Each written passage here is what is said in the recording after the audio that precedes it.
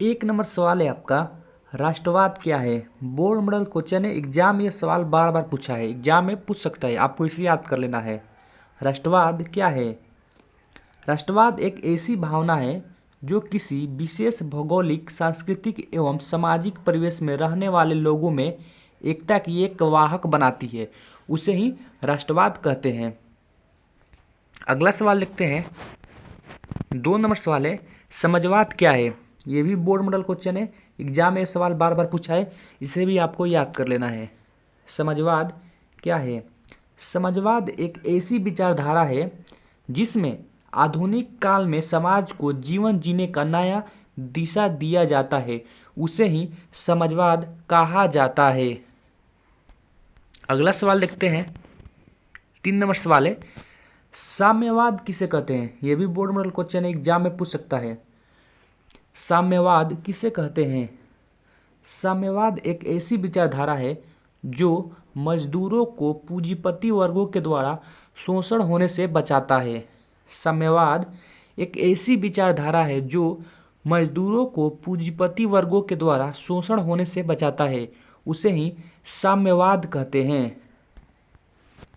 अगला सवाल देखते हैं, 4 नंबर सवाल है, पूंजीवाद क्या है। यह भी बोर्ड मॉडल क्वेश्चन है, यह सवाल एग्जाम में बार बार पूछा है, आपको इसे भी याद कर जाना है, एग्जाम में पूछ सकता है। पूंजीवाद क्या है। आर्थिक दृष्टिकोण से समाज को 2 भागों में विभाजन किया गया है। आर्थिक दृष्टिकोण से समाज को 2 भागों में विभाजन किया गया, मजदूर वर्ग और पूंजीपति वर्ग। पूंजीवाद का शाब्दिक अर्थ है संपत्ति को लगाकर पूंजी निर्माण करना तथा पूंजी संग्रह करना, उसे ही पूंजीवाद कहते हैं। अगला सवाल देखते हैं, 5 नंबर, सर्वहारा वर्ग किसे कहते हैं। यह भी बोर्ड मॉडल क्वेश्चन एग्जाम में पूछ सकता है। सर्वहारा वर्ग किसे कहते हैं। समाज का वह वर्ग जिसमें गरीब किसान, कृषक, मजदूर, सामान्य मजदूर, श्रमिक एवं आम गरीब शामिल हो, उसे ही सर्वहारा वर्ग कहा जाता है। समाज का वह वर्ग जिसमें गरीब किसान, कृषक, मजदूर, सामान्य मजदूर, श्रमिक एवं आम गरीब शामिल हो, उसे ही सर्वहारा वर्ग कहा जाता है। अगला सवाल देखते हैं, 6 नंबर, खूनी रविवार से आप क्या समझते हैं। ये भी बोर्ड मॉडल क्वेश्चन है, एग्जाम में सवाल पूछ सकता है, या 3 नंबर में पूछे या 5 नंबर में पूछे, पूछेगा तो जरूर, आपको इसे भी याद कर लेना है। खूनी रविवार से आप क्या समझते हैं। रूस में 9 जनवरी 1905 के मजदूरों ने एक शांतिपूर्ण जुलूस निकाला जिसमें सभी मजदूर वर्ग के लोग थे, और यह सभी मजदूर रोटी दो का नारा लगा रहे थे और सेंट पीटर्सबर्ग स्थित महल की ओर जा रहे थे। जार निकोलस द्वितीय ने बिना जाने समझे मजदूरों पर गोलियां चलाने का आदेश दे दिया, जिसमें हजारों मजदूर मारे गए थे। इस दिन रविवार था, जिसे रूस में खूनी रविवार के नाम से जाना जाता है, उसे ही खूनी रविवार कहते हैं। अगला सवाल देखते हैं, 7 नंबर सवाल है, कार्ल मार्क्स के सिद्धांतों को लिखे। ये भी बोर्ड मॉडल क्वेश्चन है, अति लघु में पूछ सकता है। कार्ल मार्क्स के सिद्धांतों को लिखे, तो आपको हेडिंग डाल देना है, कार्ल मार्क्स के सिद्धांत निम्नलिखित हैं। 1 नंबर में वर्ग संघर्ष का सिद्धांत कार्ल मार्क्स ने दिए थे। 2 नंबर, राज्यहीन एवं वर्गहीन समाज की स्थापना। 3 नंबर में मूल्य एवं अतिरिक्त मूल्य का सिद्धांत। 4 नंबर में इतिहास की भौतिकवादी व्यवस्था। 4 गो इसका सिद्धांत हो गया। अगला सवाल देखते हैं, 8 नंबर सवाल है, शीत युद्ध किसे कहते हैं। यह भी बोर्ड मॉडल क्वेश्चन है, एग्जाम में यह सवाल पूछा है, आपको इसे भी याद कर लेना है, अति लघु में पूछ सकता है। शीत युद्ध किसे कहते हैं। शीत युद्ध एक वैचारिक युद्ध जिसमें पूंजीवादी गुट का नेता संयुक्त राज्य अमेरिका तथा साम्यवादी गुप्त नेता सोवियत रूस था, इसे ही शीत युद्ध कहा जाता है। अगला सवाल देखते हैं, 9 नंबर सवाल है, 1848 की फ्रांसीसी क्रांति के प्रमुख कारण क्या थे। यह भी बोर्ड मॉडल क्वेश्चन है, अति लघु में पूछ सकता है, आपको इसे भी पढ़कर जाना है। 1848 की फ्रांसीसी क्रांति के प्रमुख कारण क्या थे। तो आपको हेडिंग डाल देना है 1848 ईस्वी के फ्रांसीसी क्रांति के प्रमुख कारण निम्नलिखित हैं। पहला कारण देखते हैं, मध्यम वर्ग का शासन पर प्रभाव। दूसरा कारण, राजनीतिक दलों में संगठन का अभाव।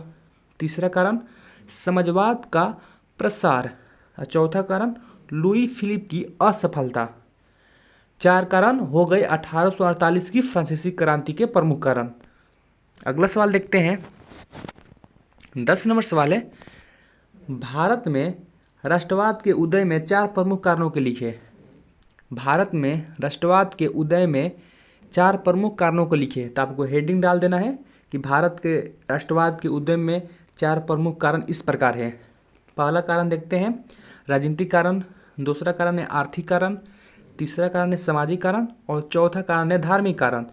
4 कारण हो गए भारत में राष्ट्रवाद के उदय के बारे में। तो ये आपका सवाल क्लियर हो चुका है। अगला सवाल देखते हैं, 11 नंबर सवाल है, सविनय अवज्ञा आंदोलन क्या है। ये भी बोर्ड मॉडल क्वेश्चन है। अति लघु में पूछे या लघु में पूछ सकता है ये सवाल, आपको इसे पढ़ कर जाना है। सविनय अवज्ञा आंदोलन क्या है। महात्मा गांधी तथा नरम दल के नेताओं के साथ सन 1930 में एक शांतिपूर्व आंदोलन चलाया गया था। महात्मा गांधी तथा नरम दल के नेताओं के साथ सन 1930 में एक शांतिपूर्व आंदोलन चलाया गया था, जिसका उद्देश्य भारतीयों पर हो रहे अत्याचारों से ब्रिटिश सरकार को अवगत कराना था, यानी रूबरू कराना था। जिसका उद्देश्य था भारतीयों पर जो अत्याचार हो रहा था उसका ब्रिटिश सरकार को अवगत कराना था, जिसे सविनय अवज्ञा आंदोलन के नाम से जाना जाता है। उसे ही सविनय अवज्ञा आंदोलन कहा जाता है। ये भी आपका सवाल क्लियर हो चुका है। अगला सवाल देखते हैं, 12 नंबर सवाल है, गांधी इरविन पैक्ट के बारे में लिखे। ये भी बोर्ड मॉडल क्वेश्चन है, अति लघु में पूछ सकता है। गांधी इरविन पैक्ट के बारे में लिखे। महात्मा गांधी और ब्रिटिश अधिकारी इरविन के बीच 5 मार्च 1931 ईस्वी को दिल्ली में एक समझौता हुआ। महात्मा गांधी और ब्रिटिश अधिकारी इरविन के बीच 5 मार्च 1931 ईस्वी को दिल्ली में एक समझौता हुआ था, जिसमें महात्मा गांधी ने भारतीयों पर हो रहे अत्याचार से इनको अवगत कराया था, जिसे गांधी इरविन पैक्ट के नाम से जाना जाता है। जिसमें महात्मा गांधी ने भारतीयों पर हो रहे अत्याचार से इनको अवगत कराया था, जिसे गांधी इरविन पैक्ट के नाम से जाना जाता है। उसे ही गांधी इरविन पैक्ट कहते हैं। ये भी आपका सवाल क्लियर हो चुका है। अगर आप चैनल पर पहली बार आए हैं, चैनल को सब्सक्राइब कर ले, वीडियो को लाइक करें और शेयर करें, ताकि दूसरे स्टूडेंट को भी हेल्प हो सके।